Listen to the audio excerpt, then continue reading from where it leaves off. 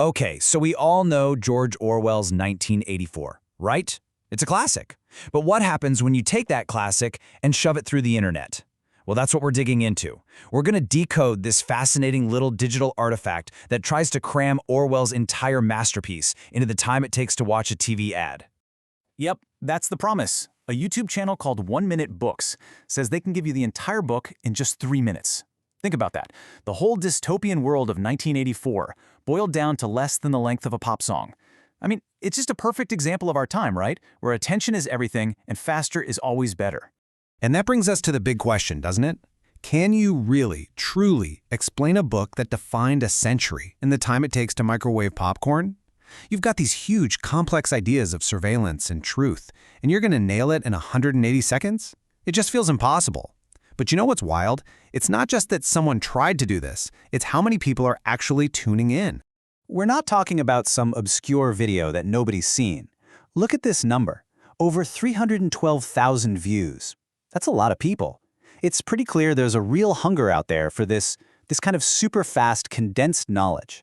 Which, of course, makes you wonder, Who is this actually for? Who are all these people watching? Are they just curious? Maybe someone who read it in high school and needs a quick refresher? Or is there a much more specific target audience? Well, it turns out we don't have to guess. The video's own description gives us a giant clue. And there it is, right in the description. Forget SparkNotes and Course Hero. Use 1 Min Books for all your studying. Wow. Okay, so this isn't just a fun little summary. It's literally being sold as a replacement for actual study tools. The message here is loud and clear. Maybe you don't even need to bother with the book. So you've got this split, right? The classic student who actually reads the whole novel versus the modern student who just watches a 3-minute summary. It's this perfect picture of a bigger shift from, deep dives to pure raw efficiency. But here's the twist. It turns out this whole student shortcut thing, that's just the surface level. The real story here is something totally different. Because as we kept digging into this, we realized something. The most interesting part isn't the video itself. No, that little 3-minute clip is not the main event. It's more like a signpost, pointing to something way, way bigger happening just off screen. It's what's hiding in plain sight. You see, the real action is in the digital space that YouTube builds around the video. It's in those little breadcrumbs the algorithm drops for you. So the key isn't to just watch the video, it's to look at what's sitting right next to it. So what does YouTube think you should watch next? Yep, we're talking about the recommended videos sidebar. This is where the magic happens. This is where the algorithm spills the beans on what it thinks this video is really about and what rabbit hole it wants to send you down next. And let me tell you, when you look at it, the pattern is just undeniable. Okay, look at this. The algorithm isn't suggesting other 3-minute book reports. Not at all. It's pushing these incredibly urgent, right-now video essays. Check out these titles. And the view counts. 1984 tried to warn you. That has 5.2 million views. Why Orwell's 1984 feels disturbingly relevant. The chilling parallels between 1984 and today. It's this constant pounding drumbeat, and it's all about today. And boom! Suddenly, it all clicks into place. This 3-minute summary, it isn't an endpoint. It was never meant to be the last stop. It's more than just a trick to pass a quiz. It's playing a totally different, and frankly, a much more powerful role. It's a gateway. That's what it is.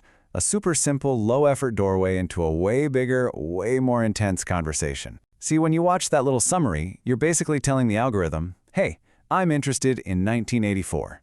And the algorithm says, got it, let me show you what this is really about.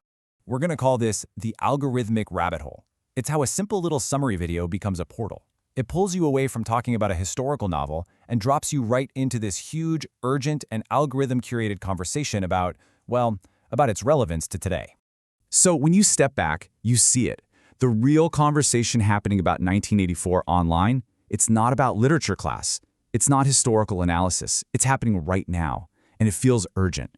The book has basically become this lens we use to look at our own world. It's a present-day warning, a source of modern parallels, and an ongoing reality check. What we're really seeing here is the shift from a novel to content. On the one hand, you have 1984, the novel, a historical warning to be studied. But on the other, you have 1984, the content, a current event to be consumed. It's not just a static book written back in 1949 anymore. In this online world, it's a living, breathing piece of media that's constantly being reframed as something happening today.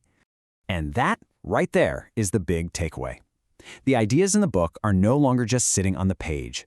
Things like thought crime, doublethink, Big Brother, they've broken free. They're part of our actual, living digital vocabulary now. And it's all powered by an algorithm that can take a simple summary and turn it into the front door for this massive universe of commentary on our modern world. Which leaves us with one last kind of big question to chew on. When a powerful warning like 1984 becomes just another piece of content, endlessly recycled by an algorithm, does its message actually get louder? Or does it all just become quieter, like background noise?